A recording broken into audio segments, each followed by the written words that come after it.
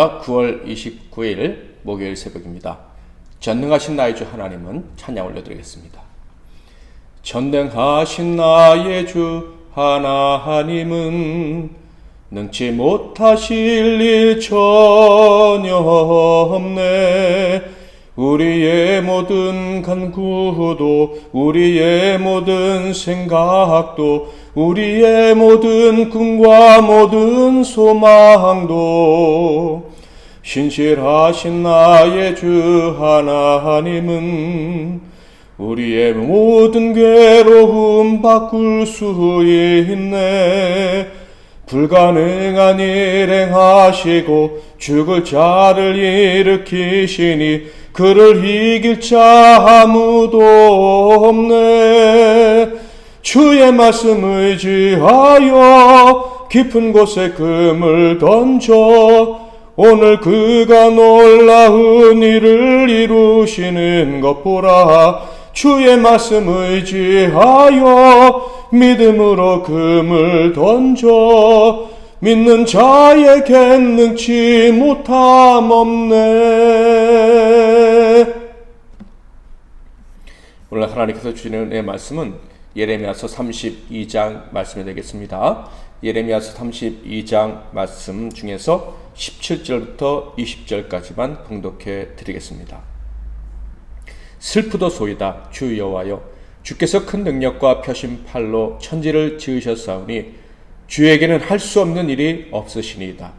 주는 은혜를 천만인에게 베푸시며 아버지의 죄악을 그 후손의 품에 갚으시오니 크고 능력 있으신 하나님이시요 이름은 만군의 여호와시니이다.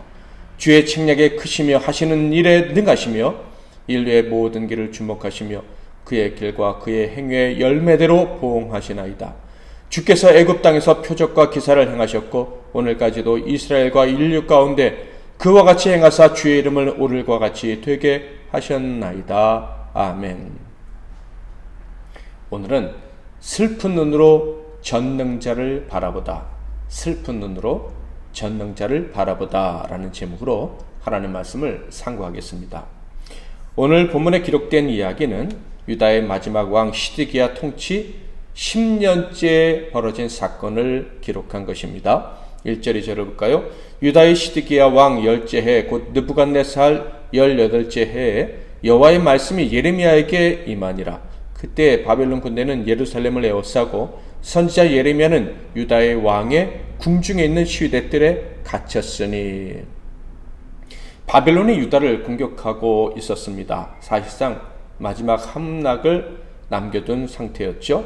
당시 예루살렘 성이 완전히 포위되었다고 했는데 시드기야 통치 10년째 일이 벌어졌다고 합니다. 시드기야는요 예루살렘에서 11년을 통치했으니까, 그러니까 예루살렘 성의 함락, 유대의 멸망이 1년도 남지 않았던 그때 벌어진 사건인 거예요.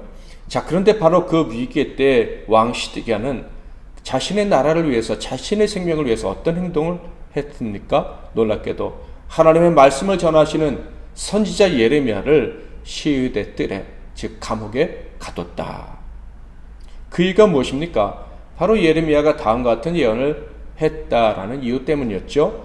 3절부터 5절에 보면 이는 그가 예언하기를 여호와의 말씀에 보라, 내가 이 성을 바벨론 왕의 손에 넘기리니 그가 차지할 것이며 유다 왕 시드기야는 갈대아인의 손에서 벗어나지 못하고 반드시 바벨론 왕의 손에 넘겨진 바 되리니 입이 입을 대하여 말하고 눈이 서로 볼 것이며 그가 시드기야를 바벨론으로 끌어가리니 시드기야는 내가 돌볼 때까지 거기에 있으리라. 여호와께서 이와 같이 말씀하시니라. 너희가 갈대아인과 싸울지라도 승리하지 못하리라 하셨다 하였더니 유다 왕 시드기야가 이르되 내가 어찌하여 이같이 예언하였느냐 하고 그를 가두었음이었더라. 그러니까 시드기야는 하나님의 말씀을 듣기 싫어서 선지자를 옥에 가둔 것입니다. 달리 표현하면 그는 아직도 하나님의 뜻이 아닌 인간의 뜻으로 살 수 있는 길이 있다라는 헛된 희망을 가지고 있었던 거예요. 그의 헛된 희망은 말 그대로 헛된 희망 곧 망상이었습니다. 왜냐하면 선지자의 말은 다음과 같이 성취되었기 때문인데요. 예레미야 52장 10절부터 11절을 보면 참으로 끔찍한 내용이 기록되어져 있어요. 바벨론 왕이 시드기야의 아들들을 그의 눈앞에서 죽이고 또 리블라에서 유다의 모든 고관을 죽이며 시드기야의 두 눈을 빼고 노사슬로 그를 결박하여 바벨론 왕이 그를 바벨론으로 끌고 가서 그가 죽는 날까지 오게 가뒀더라. 시드기야의 눈이 빠지는 것보다 더 끔찍한 것은요, 그 눈이 빠지기 전에 자신의 눈으로 사랑하는 아들들과 자기의 신하들이 죽는 것을 본 거예요. 한 치 앞도 모르는 인간으로서 하나님마저 부정하고 있었던 그는 마지막 희망이 되어줄 수 있는 하나님의 사람마저 옥에 가두는 치명적인 패착을 두고 만 것이죠. 시드기야의 이런 행동은요, 선지자 예레미야에게는 너무 큰 아픔이고 고통이었습니다. 자기 처지 때문에 아프고 고통이고 슬픔이 아니었고 하나님의 말씀을 끝까지 거부하는 그 때문에 그와 그 백성들이 당할 고통을 생각하며 그는 슬퍼했던 것이죠. 그런데 바로 그때 하나님께서 예레미야에게 희망의 메시지를 주십니다.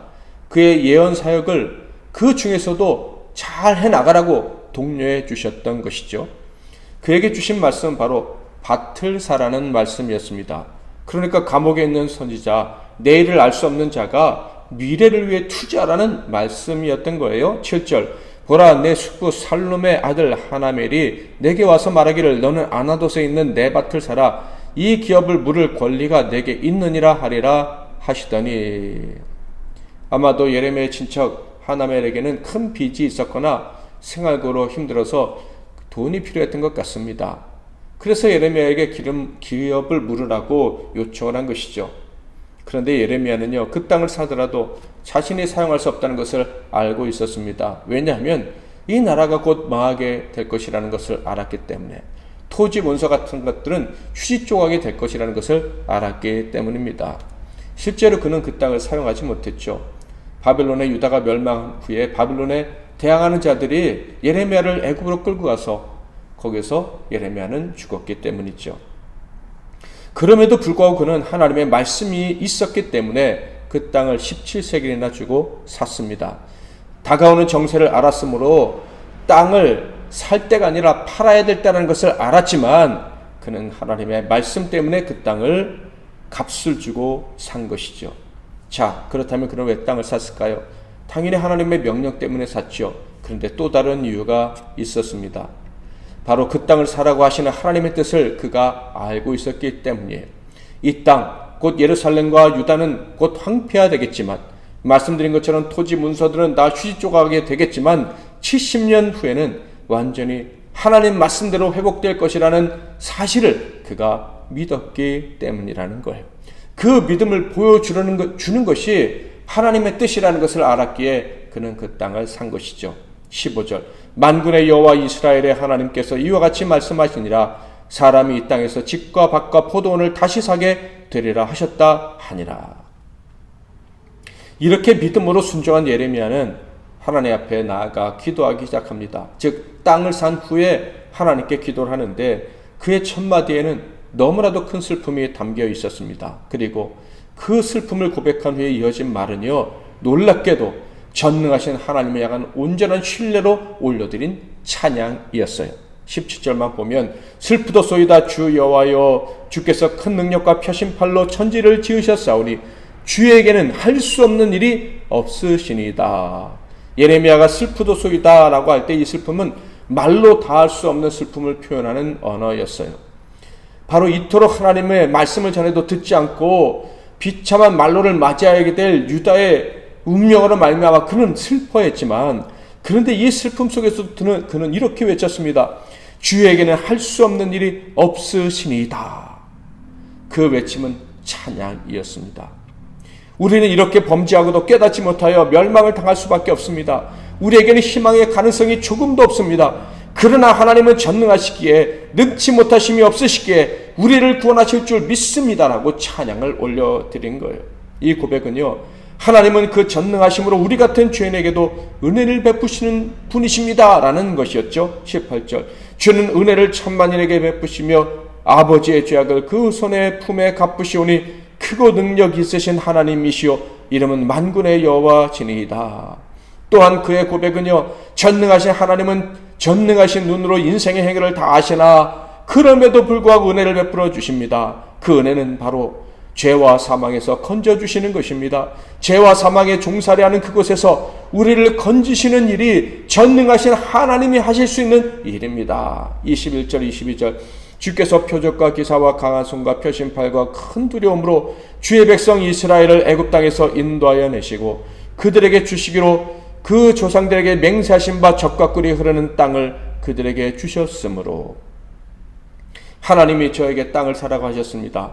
그런데 제가 산 그 땅을 하나님께서 이제 곧 바벨론 사람들에게 넘기시겠죠.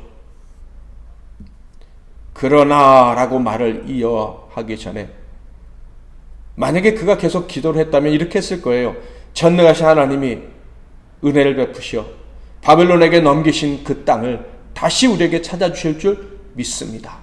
그런데 이 마지막 고백을 하기 전에 하나님이 먼저 말씀을 하셨죠. 26절부터 28절 그때 여호와의 말씀이 예레미야에게 임하여 이르시되 나는 여호와여 모든 육체의 하나님이라 내게 할 수 없는 일이 있겠느냐.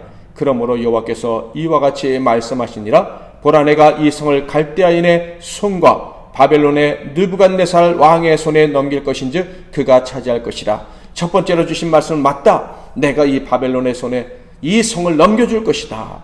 그리고 이어서 들려주신 말씀은 30절 38절 보라 내가 노여움과 분함과 큰 분노로 그들을 쫓아보내었던 모든 지방에서 그들을 모아들여 이곳으로 돌아오게 하여 안전히 살게 할 것이라. 그들은 내 백성이 되겠고 나는 그들의 하나님이 될 것이며. 다시 돌아오게 해주겠다. 하나님의 전능하신 권능으로 능력으로 구원해 줄 것이다 라고 말씀을 하셨어요. 그리고 더 놀라운 말씀, 예레미야의 마음을 치유해 주시는 말씀을 해주셨는데 앞에서도 들려주셨던 말씀이죠. 바로 그 돌아온 자들은 마음까지 회복이 될 것이다 라는 거예요. 39절 40절 내가 그들에게 한 마음과 한 길을 주어 자기들과 자기 후손의 복을 위하여 항상 나를 경외하게 하고 내가 그들에게 복을 주기 위하여 그들을 떠나지 아니하리라 하는 영원한 언약을 그들에게 세우고 나를 경외함을 그들의 마음에 두어 나를 떠나지 않게 하고. 그리고 마지막으로 예레미야에게 땅을 사라고 하셨던 그 말씀, 그 이유가 분명히 밝혀지게 될 것이다 라고 말씀해 주셔요. 이 땅에서 다시 토지거래가 이루어지게 될 것이다.